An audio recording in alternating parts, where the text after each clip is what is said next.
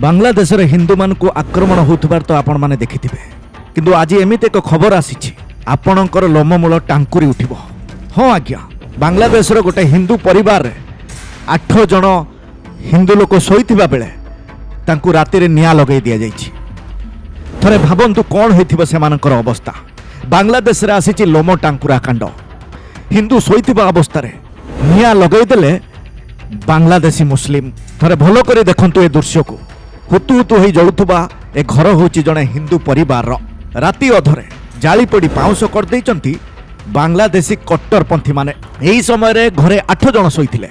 आक्रमणकारी माने बाहर पटु कबाट बंद करदेले आउ किछि कपड़ा द्वारा निया लगै देले। आज्ञा एते भयंकर थिला से स्थिति आपण माने देखिले आपण मानकर लोम टांकुरी उठिबो। आपणको हृदय थरी उठिबो। किंतु गोटे कथा बुझा पड़ुनी कोन पई हिंदू को ऊपर एते अत्याचार। कोन बांग्लादेश रे हिंदू होबा पाप?